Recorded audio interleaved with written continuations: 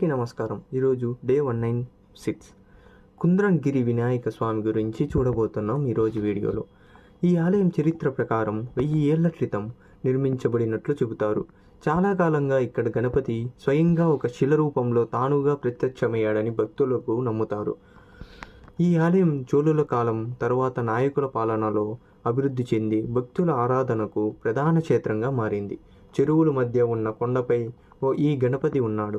అందుకే ఇక్కడి గణపతిని కుంద్రంగిరి గణపతి అంటారు, అంటే కొండపై వెలసిన గణపతి. ఈ ఆలయం తమిళనాడు రాష్ట్రం తంజావూరు జిల్లాలోని ఒక పల్లె ప్రాంతంలో ఉంది. చుట్టుపక్కల పచ్చటి పంట పొలాలు, చెరువులు ఉండటంతో ఇది ప్రకృతి మధ్యలో ఉన్న ఆలయంగా ఉంటుంది. తంజావూరు నుండి కేవలం 30 కిలోమీటర్ల దూరంలో ఉంది. ఇది కొండపై ఉన్న చిన్న ఆలయం. 100 మెట్లు ఎక్కాలి, కానీ పైకి వెళ్ళాక మనసు తేలిపోతుంది.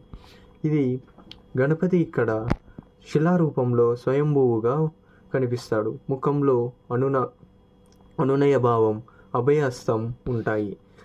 ఆలయంపై నుంచి చుట్టుపక్కల గ్రామాలు, చెరువుల దృశ్యం ఒక అద్భుతమైన దైవిక అనుభూతిని ఇస్తుంది. ఈ గణపతి ప్రయాణాల విజయ గణపతిగా పూజిస్తారు. అంటే ఈ ఆలయానికి వెళ్ళేవారు ప్రయాణానికి ముందు ప్రత్యేకంగా పూజలు చేస్తారు. ప్రతి వినాయక చవితి, సంకటహర చతుర్థి రోజుల్లో ఇక్కడికి భారీ భక్తజనం వస్తారు. ఈ ఆలయం ఒకే సమయంలో ఆధ్యాత్మికత, ప్రకృతి, ప్రశాంతతను ఒకే చోట ఇచ్చే అరుదైన గణపతి క్షేత్రం. కొండపై ఉన్న గణపతి మనలో ఉన్న ఎత్తైన లక్ష్యాలను చేరుకోవాలని చెబుతున్నట్లు ఉంటుంది.